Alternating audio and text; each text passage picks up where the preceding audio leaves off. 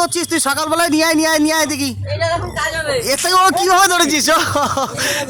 রাকেশ কোথা থেকে নিয়ে আসলি? কোথা থেকে নিয়ে আসলি? এখন ওই বকচা যে খাসির হাট বসে ওখান থেকে নিয়ে আসলি? দেখুন বন্ধুরা, এ আবার নিয়ে আসলো। কার সাথে আসলি? দীপঙ্কর দার সাথে। সে ভাইরাল দীপঙ্কর দা। কই সে?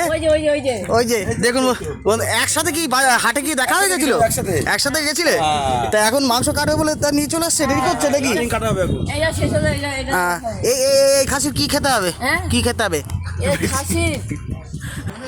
এই খাসি খেতে নারকেল বীজ নলি। ও নল্লিটা কিভাবে টানবি?